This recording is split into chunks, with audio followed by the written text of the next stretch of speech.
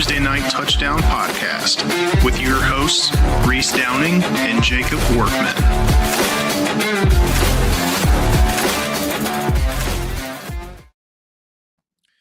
What is up, everyone? NCAA Podcast, Tuesday Night Touchdown Podcast, NCAA edition, Week 6 picks and previews.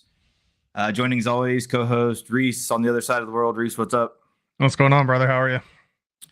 Not too bad. It was a pretty good weekend of football, with the exception of Florida State losing. Not going to talk about the game too much. Pretty disappointed in the officiating in that game, and Mike Norvell not deciding to go for 2. And I think we should have gone for 2 in regulation and tried to win it. But it's Miami week, so I can't really look at that game too much. There's more important things ahead because a win against Miami sets us up pretty well still. So it is what it is. It's not the college football era anymore where a loss can kill you. So there's still hope for the season.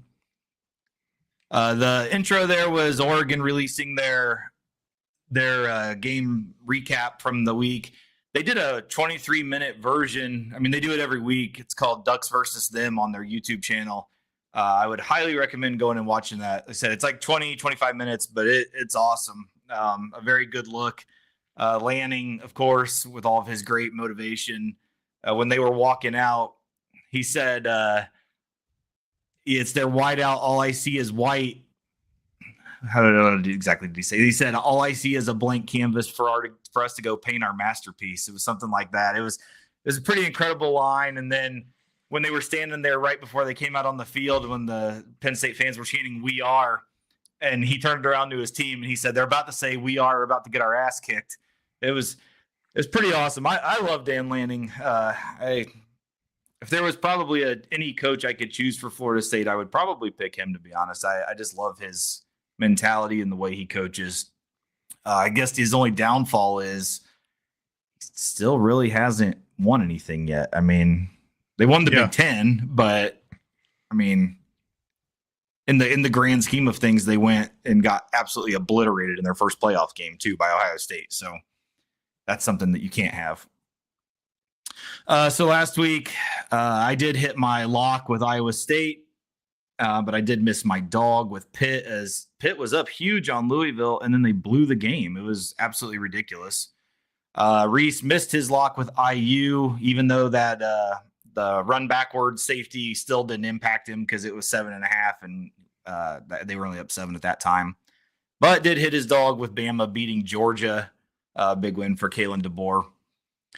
So just some other top 25 highlights. Number 1, Ohio State defeated Washington 24-6. Number 6, Oregon upset number 3, Penn State 30-24 in double overtime on the road.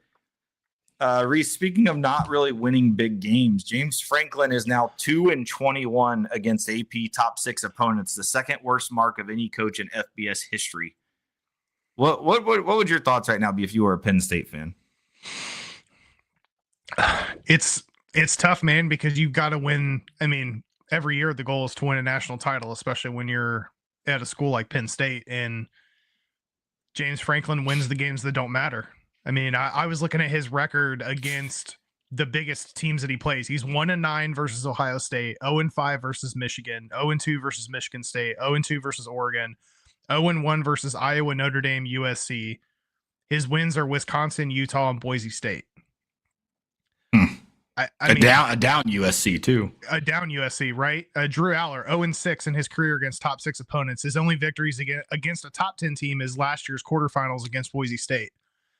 So, James Franklin's not on the field. So does it all fall down to Franklin? No, it doesn't. But it's still if you're a Penn State fan, you have to wonder. I mean, I don't think they're going to buy him out. It's like $70 million to buy him out of his contract. I don't think he's going anywhere. But I don't know what the answer is. And it's hard to pinpoint exactly what the problem is that causes him in the teams that he's coaching to run into a wall when you're up against major opponents. I mean, I was high on him coming into the year, but then I picked Oregon last week when they went up against them because I thought Oregon was going to win.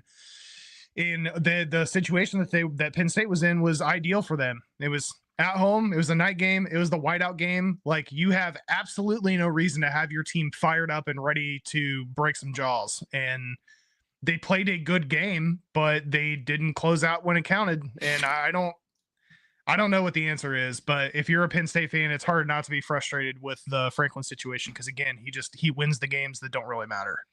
Yeah. And I mean, they have one of the highest like praised offensive coordinators with Kotelnicki, but Allers, I mean, I don't know. Like, he hasn't lived up to the hype to me. He's been pretty terrible. I don't think he was good in that game either. No, I mean, if I'm Penn State, I wish Prevola would have stayed. Honestly, yeah, definitely, because he's been playing pretty well at Missouri. Yeah, I don't know what the answer is. I think because of how their schedule is, that they're still going to be okay. Like, I think in the preseason show when we did our like future odds or whatever, I said the Vandy win total and Penn State making the playoffs were like the two like safest bets imaginable, and I still think they're going to make the playoff just because their schedule's weak. They don't even necessarily have to go to the Big Ten championship, but I think it's just going to be more of the same. Like, this team doesn't impress me. Like, I don't. Yeah, I get that they went to overtime, but it wasn't. I don't know. It wasn't, and like, I feel like if you were to put them against like a good team, that they wouldn't be that great. No, and I mean, by all accounts, like, hats off to Dante Moore, because he had a hell of a game. 29 to 39 for 248, 3 touchdowns. He didn't have a pick. I mean, but at the same time, looking at Penn State's schedule, they have their next 2 games, traveling to UCLA and then back home against Northwestern. But then they have to travel to play Iowa. That's not a shoe-in game when you're playing Iowa. I don't know what the time frame on that game is, but then they have to travel to Columbus to play Ohio State. Then they come home and they're playing IU, and IU can throw points on the board. So is a 3-loss Penn State team going to make the playoffs if they can't win either of those? Yeah, I think IU's the big one. I think if they're 10-2, what's the rest of the schedule? Do you have it up? Yeah, so they are this Saturday. Obviously, they are playing UCLA. The following week, they come back home and play Northwestern. That should be an easy win. October 18th, they travel to Iowa. Then they travel to Ohio State November 1st. Then they return home November 8th to play IU. On the road again to Michigan State to play Aiden Childs. Then they come back home to play Nebraska, Dylan Raiola, and those guys. And then they hit the road. Their last game of the year is against Rutgers in Rutgers. Yeah, Rutgers shits the bed every week, though. Rutgers does shit the bed every week, but they're playing at home, and Rutgers typically plays pretty well at home. I still think Penn State's going to win that game, but yeah. So to me, it's that IU game. I still think a 10-2 Penn State probably, especially with 2 conference losses, would not be in the Big Ten championship, but which may bode well for them. Yeah, I say that. I don't think it's going to matter. I think they'll get in the playoff, kind of like Ohio State last year. Interesting. Yeah, I don't know how I would feel if I was a Penn State fan. I don't have a lot of trust in that team, to be honest. Like, I don't know.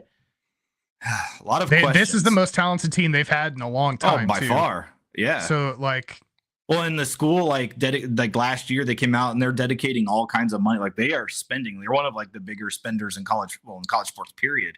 And to still not be able to beat the game, I don't know. He came back out, and I mean, during, obviously he was questioned on this after the game, and he was like, I'm not going to be judged by 1 loss in a season or a few losses in my career. I'm like, bro, it's not just a few losses. Like, you're he's 2-21. Yeah, 2-21. You're 16% against top 10 teams. Like, that's not a few losses, dude. Yeah. And honestly, I mean, SMU went to Penn State last year and gave them a pretty good game in the playoffs. Like, it wasn't even in that. Yeah. I just wonder. So let's just say, okay, say Ohio State, IU, and either Michigan State or I guess Iowa. Say one of those beat them and they're 8-4. Does Franklin have a job?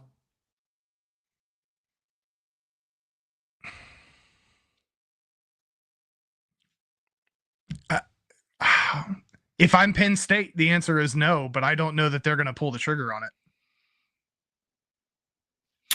I think it would be, I wonder if it would come down to if they could get some feelers out and see who would be. I mean, I feel like that's a job that a lot of people would want.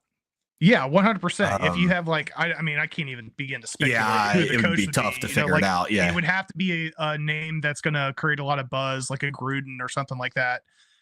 But see, my thing is too, though. Say Kotelnicki gets a head coaching job.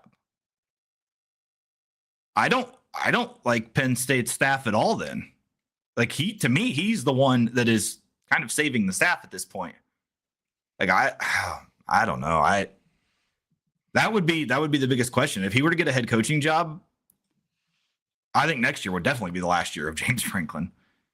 I don't know what their recruiting class looks like. I do know that they're willing to spend money. Aller, I believe, will be gone. So they would have to bring in a quarterback of some sort. But I don't know. They just haven't been an impressive team to me. And it seems like every single game that comes to it, they lose, with the exception of the SMU playoff game last year. Right. And that was not, I mean, that took 4 quarters before that game was like solidified. So it was a close game. And that was in their home crowd, their playoff in freezing cold weather with a team from Texas. Yeah. I just, at some point in time, you have to look at the head coach and be like, what's he missing that? Yeah. I don't. They're never going to get to where they want to be with him, is how correct. I feel. Exactly. Yeah. I kind of feel the same way. I mean, you've given him, it's not like you're talking about getting rid of a guy after his third year. Like, he's been there a long time. He consistently is not producing in the games that matter. He's not a bad football coach, but when you have a program like Penn State that has high expectations and is coming off of the Paternos of the world and the amount of money that program has, like, there's no excuse for it, especially with the amount of talent that's on that team. Yeah, I mean, they're loaded. I think we said in the preseason that they might be like, I don't know if we said the best roster, but it's like a top 3 roster. Yeah, for sure. All right, so finishing out top 25, number 17 Alabama did beat number 5 Georgia 24-21 in Athens. Or no, yeah, it was in Athens. Number 13 Ole Miss defeated number 4 LSU 24-19. Virginia upset number 8 Florida State 46-38 in double overtime. On the same night, Arizona State upset number 24 TCU 27-24. It was a great Friday night of football. I know my team lost, but those 2 games were great. And then the other one was Oregon State and Houston, and that was a really good game too. Number 23 Illinois defeated number 21 USC 34-32.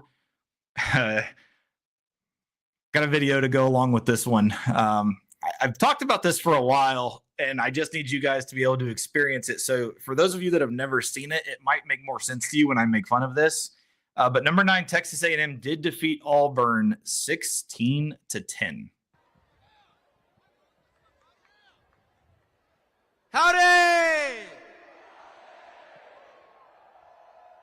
What do sandwiches have in common with Auburn fans? They're both inbred. A-O Army. Army. Got a little story for you, Ags.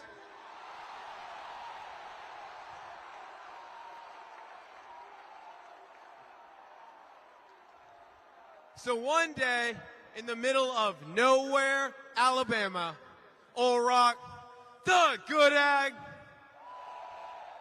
was filling in as a pilot for a skydiving plane. And who else would hop aboard but none other than an inbred, cousin cuddling, Alabama reject, Auburn Tiger, who went and sat all by himself in the back of the plane. Well, that plane would take off, and Old Rock would fly it higher and higher, all the way to 27,000 feet, where once it got there, Old Rock hopped on the intercom, and he said, "Son, it's time for you to get ready to skydive." So that Tiger, he waddled all the way up to the front of the plane, and finally, right before he was about to jump, he reached for his back, and he was confused, and he said, "Old Rock, aren't I supposed to have a parachute? And Old Rock, he just smirked, and he said, son, you see, tigers, they just weren't meant to fly.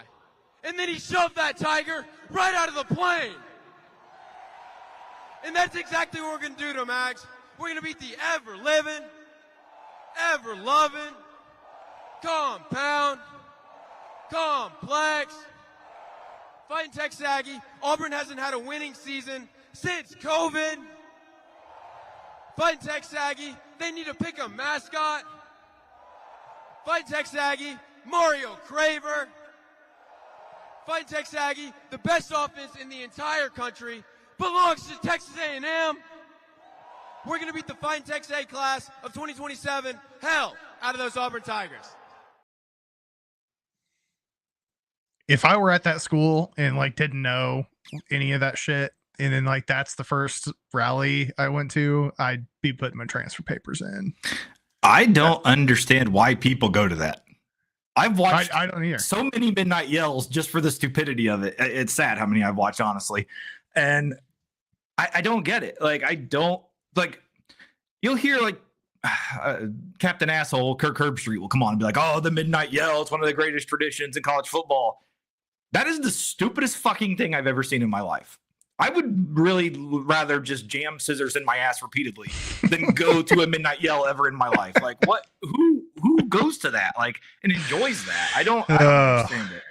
Yeah. That is one of the dumbest things I've ever seen. And that happens every home game. And it's not just that guy. That was one story. All of those idiots come out and each of them tell a story and they do their shit. It's I don't get it. It's rough. I'll never understand it. I will never understand why people go to that.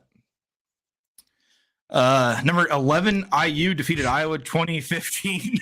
What a transition. Yeah, I don't know how you even get away from that. But number 14, Iowa State defeated Arizona 39-14. Number 15, Tennessee defeated Mississippi State 41-34 in overtime. Number 16, Georgia Tech defeated Wake Forest 30-29 in overtime. You know what? I was going to save this for plays of the week, but let me go ahead and just play this now. This game, Wake Forest got so fucking screwed in this game.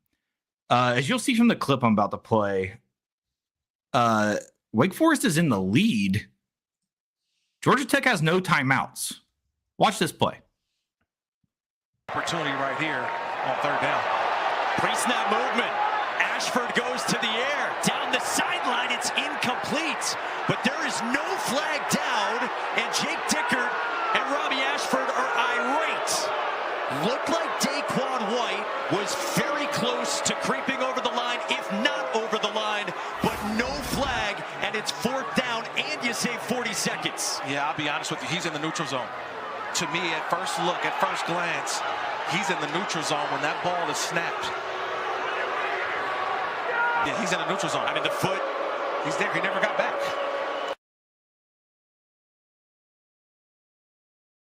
He's not in the neutral zone. He's in the backfield.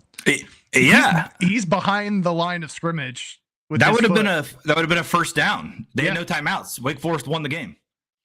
And I'm quite positive the Wake Forest quarterback threw the ball that he did because he was confident that there was going to be an offsides flag thrown. Yeah, they said that. Ashford, he said that he just threw it because it was clear offsides. The game was over. They had a number 16. They had a huge upset win at home. ACC officiating is known every year as being horrendous. Yeah. This weekend especially, it was on a very, very different level. I'm not getting into it. I'm just saying you cannot call that a fucking touchdown on the field for Florida State and overturn that catch. Are you talking about Chop's catch? At the very end of the game. I watched it 9,000 times. As soon as when his foot's on the ground forever, first of all, his toes are. By the time he lifts his toes, he has the ball and he's just pulling it in. That he already has control. It's a catch. They ruled it a fucking touchdown on the field. I don't understand how you can go back and overturn that. And that's not just like a Florida State homer. Like, that was a pretty popular opinion on Twitter too. It was like, how the fuck did that get overturned? But yeah, I think that's one of those plays where however it gets called on the field is probably how it's going to end up standing. If they would have called it incomplete to start, it would have potentially stayed that way. I don't. It's irrefutable evidence, right? Yeah. I don't know. I didn't think it was a catch, but then they called it a touchdown. And I was like, well, it's going to stand as a touchdown. Then I don't think they're going to overturn this. There's not enough there, but. And I've watched it a lot, very slow. His toes are down. Yeah, he shouldn't have bobbled it 900 times. That would have helped, but he did. But still, they called it a touchdown. He caught the fucking ball. It was a touchdown. I tell you what, your right tackle was getting his ass kicked a lot in that game. Hopefully they can get that figured out because Miami's defensive front is better than Virginia's, but we'll get to that game in a minute.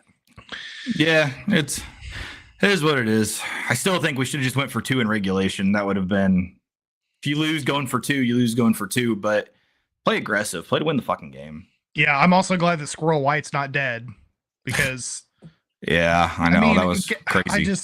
We've talked about this a couple times on this show, like the whole storm in the field shit, like it is middle of the season against a number 8 team. It's not like Virginia was over going into that game. I just save storming the field for when it matters. Like I don't know. I'm cool with them storming the field in that instance. Like I think that's a huge win for their program. Yeah, storm the field, but how about you design a field that has a wall? Like you can't just have 8,000 people rushing the field at no instantly because there's no wall there. Like they just have that giant hill. So everyone was just standing there ready to plow down. I don't know. There's nothing you can do about it. It is what it is. Thankfully, no one was hurt. Everyone was good other than that dumbass that got in Tommy's face and flipped him off. But hopefully we just use it as motivation. That's what you got to do at this point. So number 18, Vanderbilt defeated Utah State 55-35. Number 20, Missouri defeated UMass 42-6. Number 22, Notre Dame defeated Arkansas 56-13. And number 25, BYU defeated Colorado 24-21. Some news that came out. I absolutely hate this. College football is going to Wembley Stadium in London. Arizona State is going to take on Kansas, which 2 good programs in the Big 12, 2 great environments to play in their respective cities. But they're going to be playing in the Union Jack Classic Saturday, September 19th next year. That's not even like a week 0 game. That's in the middle of the season. Like what the? I don't know, man. I hate it. I'm all good for college football expanding their presence across the globe. It's building popularity in the product. I think it makes a lot more sense, especially for the Big 12, to expand into Mexico because you have large Latino populations that are big fans of teams like Texas Tech and Houston and Arizona. Yeah. But to send these teams, I mean, we've already seen that this can have an impact on your team going across the pond to play this. But like, I'm wondering if there's some sort of a tie-in with the whole ESPN and DAZN. They came to that agreement earlier this year where the college football and basketball games are going to start getting broadcasted in Europe and Middle East, North Africa. But I think it's tough on these teams. And the other thing that concerns me, we're seeing this in the NFL too, is the quality of the field that they're playing on. Like, the fields they're playing on are built for 5'9", 130-pound soccer players. They're not built for 6'3", 250-pound dudes. And there's a lot. I mean, Justin Jefferson had that bad slip. I mean, we're seeing it in basically every game that's happening overseas. Like, they're going to have to figure out stepping up the quality of the field that these players are going to play on, because you don't want a big team like an Arizona State or is Arizona State and Kansas, you said, who are playing next year? Yeah. Yeah. So like at Arizona State, I mean, Dilly, like he's going to have those guys competing for top 25, right? And Kansas is not a bad program. I don't know what they're going to look like next year, but you don't want to lose a major player to an injury because the field's not up to par.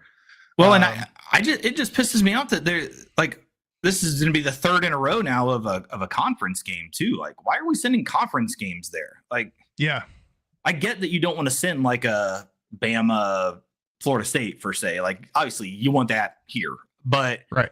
Like, if you're going to send a game over there, at least have it be, say, like Arizona State and like, I don't know, like Missouri, like something like that. Like, to where the loss doesn't hurt you in conference.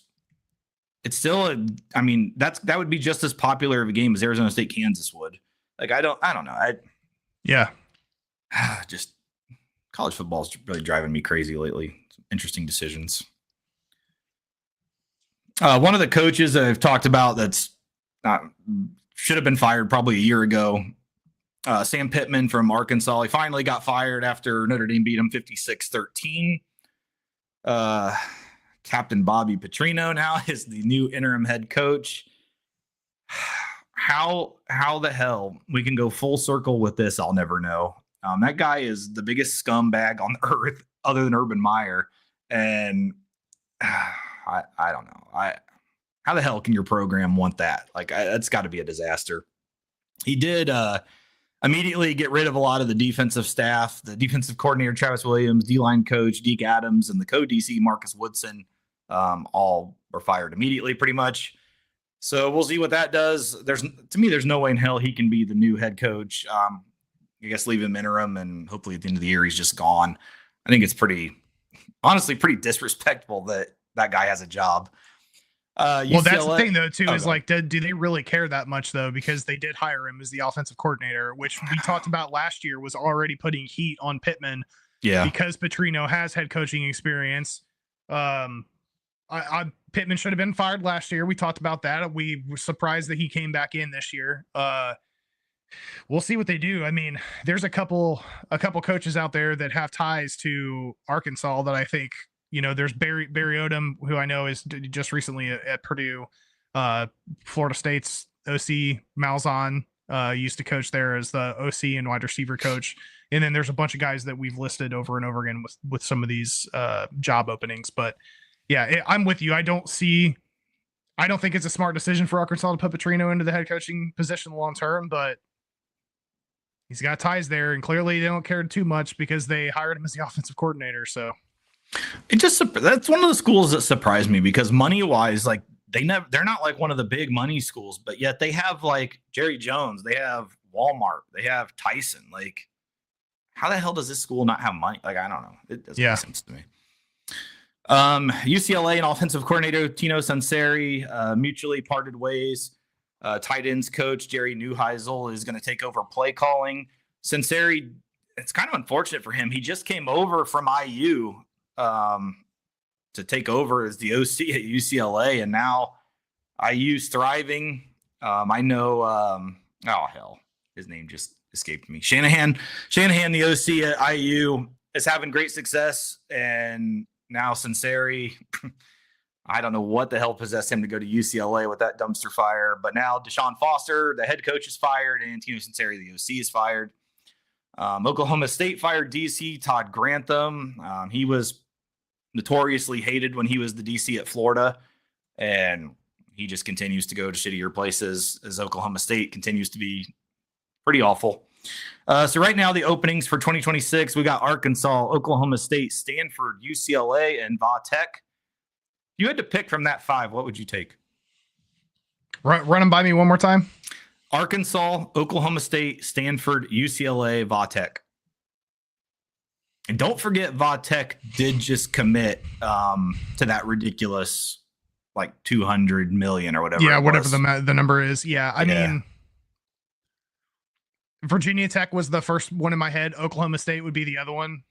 I think if you get the right guy, Stillwater would be a cool place to be able to go coach. UCLA is in a tough position because the Big Ten is just so deep. Stanford. Yeah, I don't.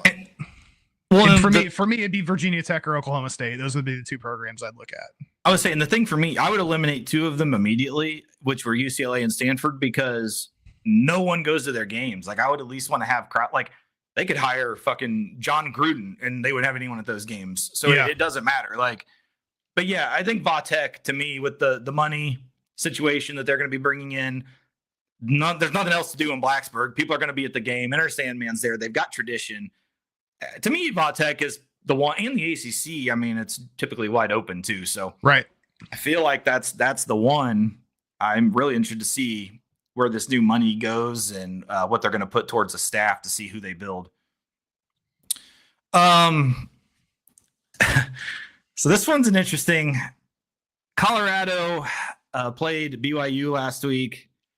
I'm not going to make too much fun of the situation because there was a pretty tragic situation with the Mormons last week also. So, yeah. But on top of that, BYU played at Colorado. They received a $50,000 fine and a public reprimand for inappropriate chants that occurred during the game against BYU. Big 12 Commissioner Brett Yormark came out and said hateful and discriminatory language has no home in the Big 12 Conference. While we appreciate Colorado apologizing for the chants that occurred in the stands during Saturday's game, the Big 12 maintains zero tolerance for such behavior. If anyone didn't see the load of videos posted online, basically the whole student section was chanting "fuck the Mormons" at BYU, which is kind of interesting. Dion, their head coach, is a very religious guy and doesn't even cuss or do any of that stuff. So I'm sure he really loved that, especially in a situation where they lost the game. That's another situation. I wonder if he's going to keep his job, to be honest. I don't know. There's so much uncertainty right now in college football. But $50,000 fine, which is interesting enough, is that I'm trying to think of what the fine is for storming the field. Do you know what the ACC fined Florida, or not Florida? Yeah, they did fine us when we beat Bama and then when Virginia beat. I want to say it was $50,000. I want to say it was the same. Surely that can't be the same fine. But. Yeah, $50,000 for storming the field. Jesus Christ. That's an interesting thought process that's the same punishment, but you celebrate a win, $50,000. You chant derogatory comments at his school, $50,000. Interesting. That's about right for the NCAA, though. They did announce some upcoming college football national championship host sites. So this year, we're going to be in Miami. 2027's in Vegas. 2028, New Orleans. 2029, Tampa. And 2030, Miami. All the typical cities that never change, it appears. Plays of the week. The first one, I couldn't find a video that showed it all. So I'm just going to read what happened. Hawaii had a drive. It was the longest scoring drive of the season so far by time of possession. 24 plays, 80 yards, 12 minutes, and 14 seconds. Guess what the end result was of that drive? Punt? 31-yard field goal. Okay, well, it's close. 24 plays, 80 yards, 12 minutes, and 14 seconds, a 31-yard field goal. How? It's crazy. Yeah. So my first play of the week was Wake Forest. I'm not going to show that again with that screw job. Again, the ACC officiating is a disaster. So first play of the week comes from the land of East Carolina. Fake. Got it. Pirates. Touchdown.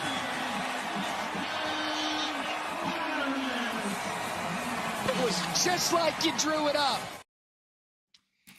Yeah, so ECU decided to say, hey, you know what? We're Pirates. We don't like the fucking Army. That was a grad student walk-on. Can you imagine the thrill of his life when he got to do that? Love it. Hell of a play.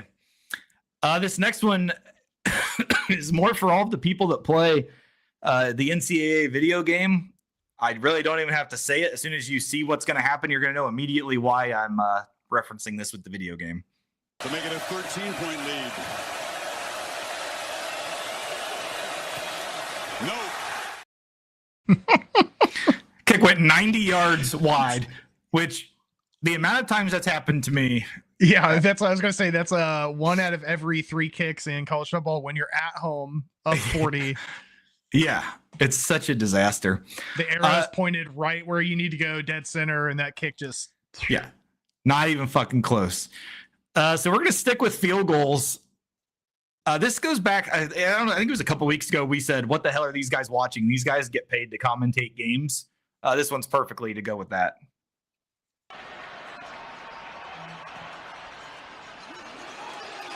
And this kick is good. Boy, he's got some kind of leg. Kyle Ferry. Oh, no good. Excuse me. Missed it. Yanked that one. Oh, that ball was this is what 20 yards. Yeah, that ball was 20 yards off. It's good. Easily. It's good. And that kick, It's good. Jesus Christ. I mean, even if you do miss the kick, look at the refs standing right underneath the goalpost. Like, I know.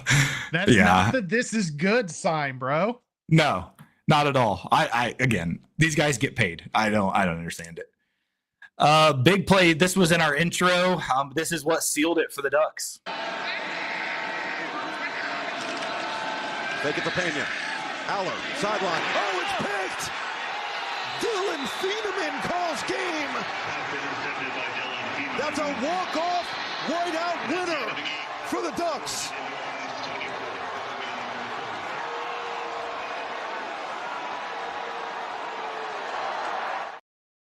You know, actually seeing that clip reminded me. During the game, I think it was before halftime, the fans were booing Penn State so bad and chanting "Fire Franklin" in the stadium. I forgot that happened until I just saw that. I don't know why that came to my head, but that was going on during the fucking game before they started the comeback. And then Aller, like, that was triple coverage. Why are you throwing that? Triple coverage on 1st and 10. Yeah. That was 1st and 10. What are you doing? You have arguably the best backfield in the country, and you're throwing the ball on 1st and 10 into triple coverage. Like, that's what I'm saying, man. Like, it's Franklin, but it's everyone. It's everyone. It's everyone. Yeah. This next one is for the bigs. Empty. Miller's out to the left. They got Caden Proctor, the big tackle on the left side. They're going to throw it to him. Big fella. Barreling downhill. Proctor marshaling down near the pylon. Are you kidding me? Oh, I feel so bad for Kyron Jones, the poor safety, 31, that tried to come up and make a tackle. He just dove at his ankles. No chance to bring the big fella down. Watch 31 come up here, Chris. He sees 360 pounds. He just dives, misses. Look at the big fella, keeping a balance. How about that? I so wanted that to be a touchdown. I know. Representing the big fellas. I also love the fact that he just barrel rolled 3 dudes in that first hit. Like, that's awesome. Yeah, that was awesome. Tapped into Scadaboo. As being a fan of a team in the NFL that throws the ball to all their linemen, I found that awesome. And this one's more just for the people that love the actual like strategy of football. This play by DeBoer and Grubb to win this game, this is not going to be the shot from when the play was live. It's a replay kind of explaining it. But just watch both guys that go out to the right. He could have hit either one of them. This is one of the this is like football porn for me. I love offensive geniuses like this. The attention going this way. They bring him back this way. Nobody there. 5 is trying to get out there. Man coverage. Raylan Wilson. But what a heads-up play by Jam Miller to get down. But what a misdirection call. Yeah, we talked about Jam Miller's impact in the game before we were doing the picks. Huge. But not to mention the fact that tight end, if Simpson would have had another second and they needed a touchdown, that tight end was going untouched. Yeah. The thing, I mean, that was a 4th down play to just end it. So that's all they needed. But yeah, he could have hit either one of those guys, honestly. Yeah. That play was beautiful. Stuff like that is what I love when it comes to offensive football. So motion trips left and then toss it to the back. He started like, if you want, I'll play it one more time. Watch the roll. He rolls left with them too, and then quickly spins back. Like, it's the attention going this way. They bring him back this way. Nobody there. 5 is trying to get out there. Man coverage. Raylan Wilson. But what a heads-up play by Jam Miller to get down. But what a misdirection call. Yeah, he had that mid-level receiver open too. So I was gonna say, if he would have if he desperately needed to, he could have stopped and set his feet and hit that crosser from the backside too. Yep. Three guys were wide open. 3 guys open. Yeah. On the 4th down against Georgia. Yep. So that does wrap up plays of the week. Let's get into week 6. We are kicking it off. West Virginia versus number 23 BYU. BYU is an 18.5-point favorite at Lavelle Edwards Stadium in Provo, Utah. 47.5 over under Friday night, 10:30 on ESPN. These Friday night games, man. Mountaineers have gotten blown out the last 2 games, giving up 89, only putting up 24 on the board against Kansas and Utah. Now they're heading to the land of Mormon to face a Cougars team that's only given up 3 points. They're 2-0 against the spread at home so far this year. I'm going to go Soakers Wild here to win and cover. Yeah, I'm the same. Nico has medically redshirted and basically announced he's going in the portal. So West Virginia's quarterback's leaving. Rich Rod he hasn't brought his guys in yet. So though I had some promise with them when they beat Pitt, I think it's still a long way to go. I like BYU. Kentucky is going on the road to number 12, Georgia. Georgia's a 20.5-point favorite at Sanford Stadium in Athens, Georgia. 48.5 over under Saturday at noon on ABC. Yeah, I got to reset the clock here on that winning streak again in Sanford after they got beat by Bama. Wildcats have not looked good against SEC competition, giving up 30 and 25 or 30 and 35 in their 2 losses. Kirby's also historically played Kentucky well at Sanford, so I'm going to take the dogs here minus the points to bounce back this week. Yeah, Kentucky this year hasn't quite had the offensive game they've had the last few years. Like when they had Liam Cohen, and then right before Liam Cohen, I forget who it was now, but they had good success on offense. They haven't had that at all this year. You can tell that losing those coordinators has really hurt. So yeah, I like Georgia to rebound at home in this one. Number 14, Iowa State is going on the road to Cincinnati. Cincinnati is a 1.5-point favorite at Nippert Stadium in Cincinnati, Ohio. 55.5 over under Saturday at noon on the Deuce. Both teams coming off big wins last week after Iowa State handled Arizona at Jack Trice. Since he's getting a big win at Kansas, Cyclones come in as the ranked team, but they've had a lot of close wins against non-ranked teams. Now they hit the road to play a solid Bearcat team with this tough dual threat quarterback and Brandon Sorby. He's got 10 touchdowns, only 1 pick, averaging 6 yards on the ground. Since he's had a porous pass defense, so Iowa State's going to need to exploit that to get the W. It's a tough pick here, but I'm actually going to go Cincinnati here at home minus the points. Yeah, Sorsby's been good. IU transfer to Cincinnati. Iowa State had terrible news this week, though. They lost their number 1 and number 2 corners. I think that's a lot where this line is coming from because it's not really going to be a great situation to throw new guys in. I'm going to take Iowa State still to cover, but this one's going to be interesting. Unfortunately, Iowa State's having one hell of a year, but when you lose your number 1 and 2 corner in the same game, then you got to go on the road. Yeah, we're going to see how they rebound. Hopefully they can rebound quick. Wisconsin is going on the road to number 20, Michigan. Michigan's a 16.5-point favorite at Michigan Stadium in Ann Arbor, Michigan. 43.5 over under Saturday at noon on Fox. Yeah, both teams coming off a bye. Sounds like the Badgers are going to be getting Edwards back. Wisconsin has the best run defense in the Big Ten, so Michigan's going to have to be forced to make some plays with Bryce's arm. I think the Wolverines get the W here, but I think they're just getting a little bit too much on points. I'm going to take the Badgers here to cover with the 16.5. Yeah, this does seem like a lot of points for this game. I'm going to take Michigan, though, just because I think Wisconsin is very close to another coaching change. I think Fickle's almost out. So, yeah, I don't know. I don't like what Wisconsin's been doing. Number 22, Illinois is a 9.5-point favorite going on the road to Purdue at Ross-Ade Stadium in West Lafayette, Indiana. 55.5 over under Saturday at noon on the Big Ten Network. Yeah, Illinois escaped with a big win over a good USC team that shot themselves in the foot when it counts, which is pretty prototypical of that team. Now they're hitting the road to face off against a Boilermakers team that's on a 2-game skid. They do have a bye week to prepare. Belim has not played well against Purdue since taking over for the Illini, but I think they're going to get the job done here. So I'm going to take Illinois here minus the points. Yeah, I'm on Illinois also, though I am interested to see what creative play Purdue brings out to hit plays of the week next week because they've hit it about every week they've had a game. Number 7, Penn State is a 24.5-point favorite going on the road to UCLA at the Rose Bowl in Pasadena, California. 50.5 over under Saturday at 3:30 on CBS.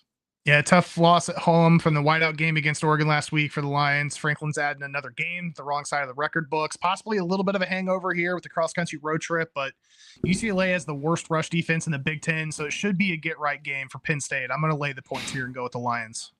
You could have just stopped it. They have the worst everything. Even Nico sucks. Like I'm on Penn State. I think UCLA is probably a top or bottom 5 team in college football. Number 9, Texas is a 6.5-point favorite as they go on the road to face Florida at Ben Hill Griffin Stadium in Gainesville, Florida. 41.5 over under Saturday at 3:30 on ESPN.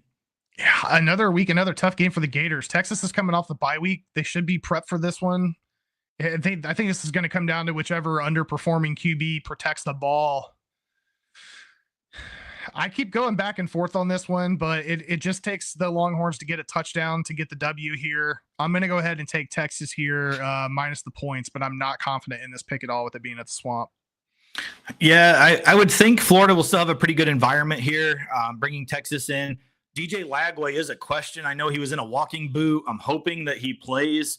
I think I'd like to put a caveat on a few of the things. If he doesn't play, I'd like to change a few things. But for now, I do like Florida just because Texas has been so unimpressive. Like I think Florida can hang with them. So I'm going to take Florida plus the 6.5. Number 16, Vanderbilt is going to number 10, Alabama. Alabama is a 10.5-point favorite at Bryant-Denny Stadium in Tuscaloosa, Alabama. 55.5 over under. Saturday at 3:30 on ABC in the revenge game, as last year Diego Pavia beat Bama in Nashville. Yep. Yeah. Pavia continues his dominant campaign here. He now heads up against a big top 25 matchup. They beat him last year 40-35.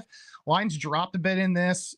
Slight chance for a hangover game for Bama after a big win against the Bulldogs last week, but I like what DeBoer has had this team looking like since the week 1 loss against the Noles. I'm going to roll Tide here to win and cover. Yeah, and don't forget, we've already cashed that win total on Vandy. Very quick, easy cash on that one. Does Bama return home? I mean, they just had a hell of a game. Like, to me, it's their defense against Vandy's offense. What can Pavia do? Like, I feel like he's on a mission this year. Like, he's going in and he wants. This is it. This is year 35 for him. So this is all he's got. It's what it is. As much as I want to take Vandy in this one, I'm going to take Bama just because of what I saw last week. I think they're starting to come together. The Grubb offense is finally starting to gel, it seems. Simpson's ridiculous. If Ryan Williams can figure out how to solve his drops, remember, this is the team I picked to win the national championship at the beginning of the year.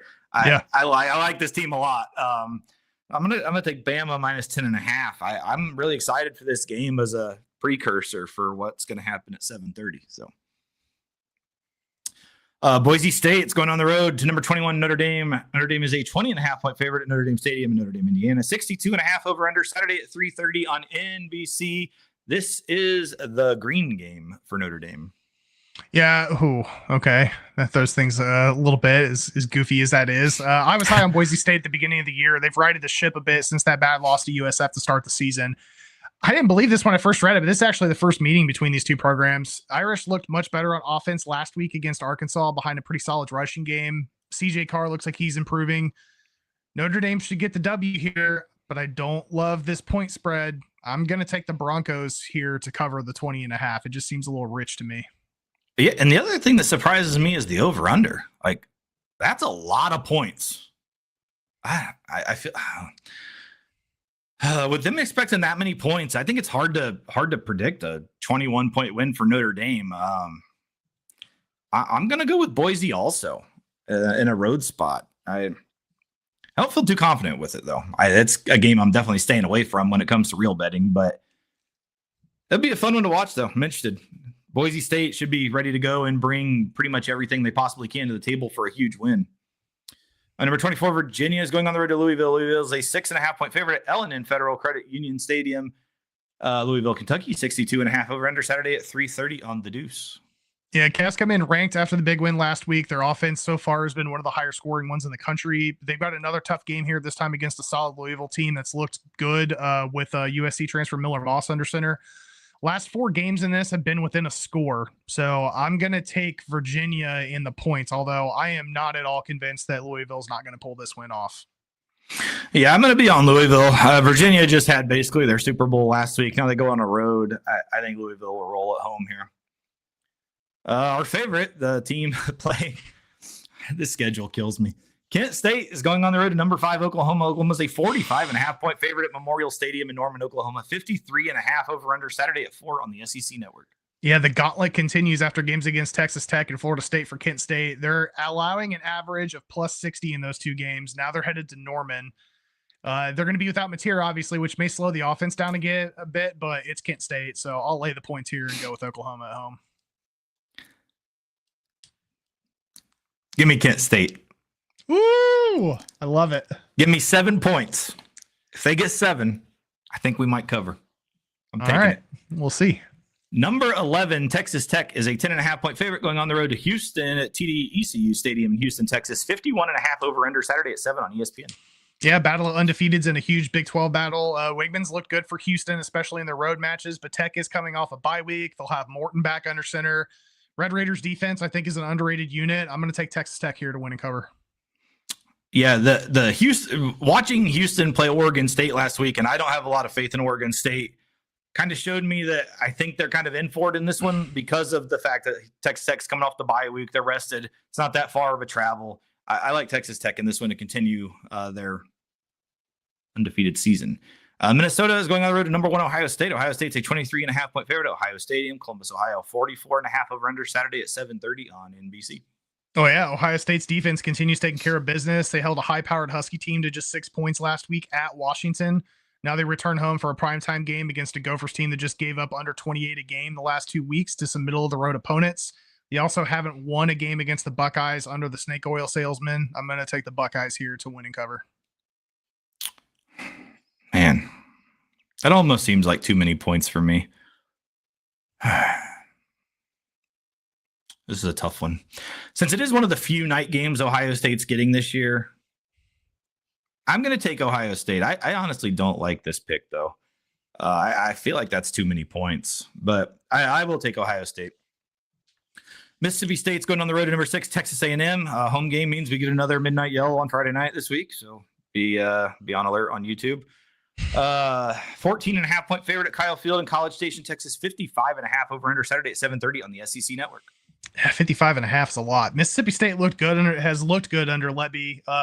Should have come into this one undefeated. They fell short in overtime against the Vols last week at home. Now they have a primetime matchup at Kyle against a really good A&M team. I think the Yell Leaders are going to take this one, but they are 0-3 against the spread so far this year when they're the favorite. So I'm going to take Mississippi State in the points.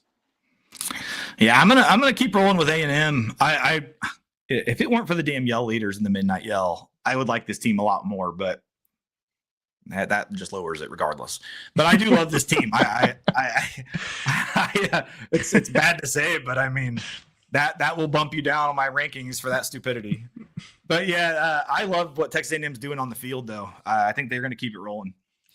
Number 3, Miami is a 4.5-point favorite as they go to number 18, Florida State at Doak Campbell Stadium in Tallahassee, Florida. 53.5 over under Saturday at 7:30 on ABC. Yeah, frustrating loss for Florida State last week in a tough situation, being on a Friday Night Lights game on the road. Knowles' rush defense is going to have to tighten up. I didn't love the offensive line play against the pass rush last week either. We talked about that a little bit. Miami is also coming off a bye week to prepare. All that said, Florida State has looked great in their comeback campaign this year. I think this is going to be a close one at the end. I'm going to take your Knowles and the 4.5 here to keep it close enough, if not get the victory at Doak. Yeah, I think it'll be a close one too. And the one thing we haven't seen yet this year is the dumbest head coach in college football, Mario Cristobal, and his buffoon-ass blunders late in the game.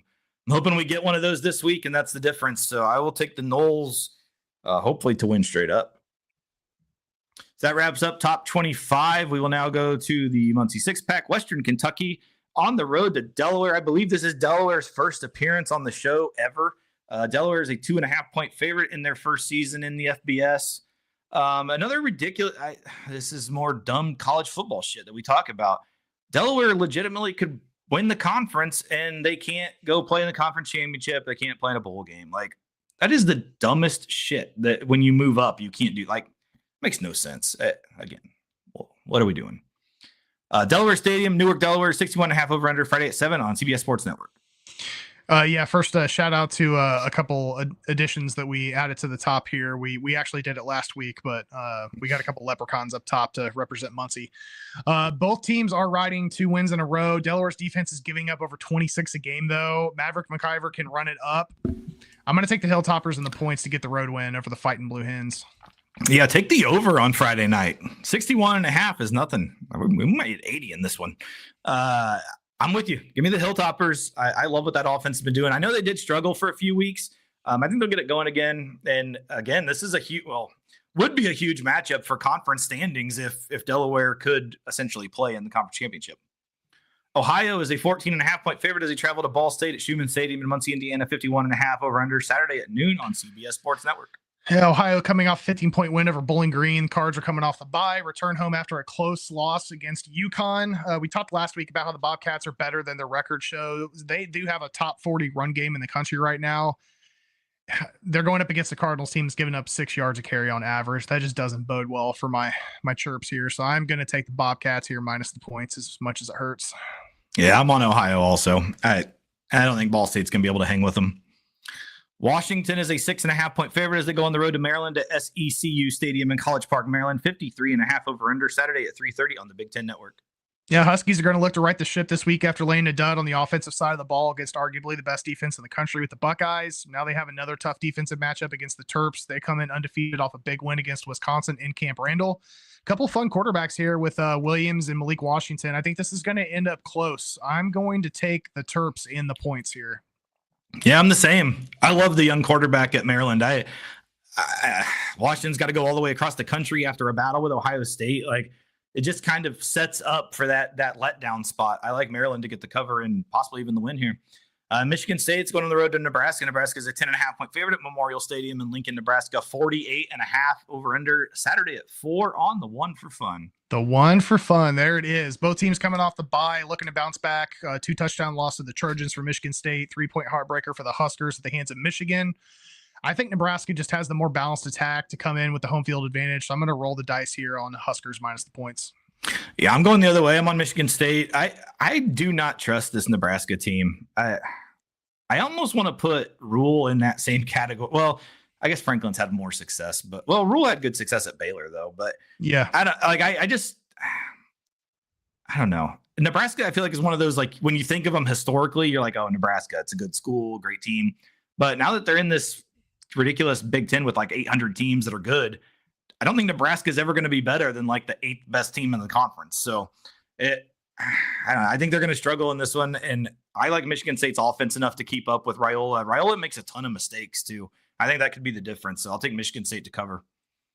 Colorado and their filthy mouths are going on the road to TCU. TCU is a 13.5-point favorite at Amon G. Carter Stadium in Fort Worth, Texas. 57.5 over under Saturday at 7:30 on Fox. Oh man, they're filthy mouths. Team Prime hits the road after a 3-point loss to the Mormons. Frogs return home after their own tough 3-point loss against Arizona State in the desert. Colorado just hasn't been able to beat any teams of substance. TCU's been competitive, field goal away from still being undefeated. So I'm going to roll with the Frogs here minus the points. Yeah, and it's more who the hell is going to be quarterback. Salter, Lewis, the other guy, Schaub or Sean, whatever his name is. Malik, what they call him, Martin Luther Shaw. I don't remember what the hell. Martin Luther something. But regardless, they all suck. TCU, don't discredit that loss. Arizona State's a very good team. That was a hell of a game. I like TCU to roll in this one. I think they might beat the shit out of them. Kansas is a 5.5-point favorite going on the road to UCF at FBC Mortgage Stadium in Orlando, Florida. 54.5 over under Saturday at 7:30 on the Deuce. Kansas coming off losing 2 of its last 3, including the 3-point loss to the Bearcats in Cincy last week. Golden Knights are returning to Orlando to shake off a 2-touchdown loss to a bad Kansas State team. But the Knights have fared much better at home this year. I think they're going to stick around in this one. So I'm going to take UCF here in the points. Yeah, I will say, I know we didn't pick a Kansas State game this week, but I will say they're starting to get some guys back from injury. And at the beginning of the year, we thought they were a pretty good team. They went to Ireland. They came back. They were shitty. I think that they're going to be okay the rest of the season, honestly, from what I saw last week. I think they're going to be not too bad. UCF, it's such an interesting game. Give me UCF to cover in this one. I like Kansas overall as a team better, but I think in this environment, I think Scott Frost will have enough for them. They might even, I like him to cover at least. Duke is a 2.5-point favorite going on the road to California Memorial Stadium in Berkeley, California. 56.5 over under Saturday at 10:30 on ESPN. Just because I had so many plays on plays of the week, I didn't add it, but JKS last week at BC on a 4th down, rolled out, darted a ball between 3 guys for a touchdown pass to win the game.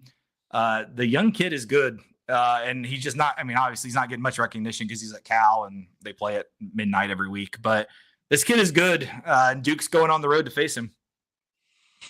Yeah, Duke has won 2 straight. They continue their road trip after a 35-point drubbing of the Orange in the Dome. Cal returns home after a big win over Boston College. Cal's got the better record, but I think Duke's got a better team. I like Mensah. I think he's going to probably be a little bit too much for this Cal defense.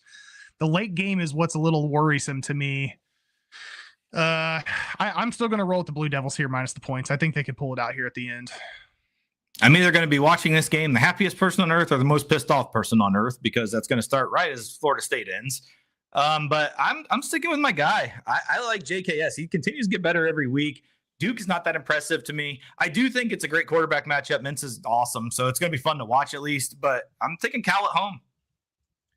So that is going to wrap up our Muncie six-pack. Is now time for the lock of the week. Lock me in on Bama over Vandy minus 10.5.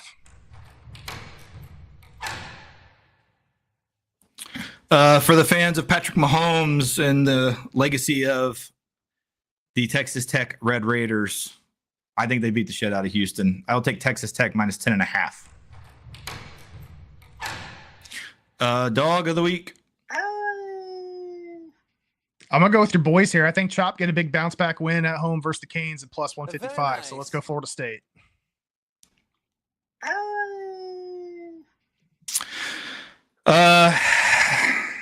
This is a disgrace in my world, but I'm taking Florida to upset Texas at Ben Hill Griffin Stadium on Saturday. Like I said, if Lagway plays and he's healthy and everything's good, Texas has not been impressive whatsoever at all. I think they can put pressure on Arch, and I just think this is a winnable game. I'm going to take Florida minus 220. All right, so that is going to wrap up the Week 6 NCAA Tuesday Night Touchdown Podcast preview and picks episode. We will be right back with NFL Week 5 picks here shortly. So check it out on YouTube, share everything, subscribe, thumb us, send any comments you would like, do whatever you please. We will don't thumb us. Only thumb you. Us. We like it. That is it. So we will see you guys in a little bit with NFL, and we'll see you next week. Goodbye, everyone. Cheers, guys.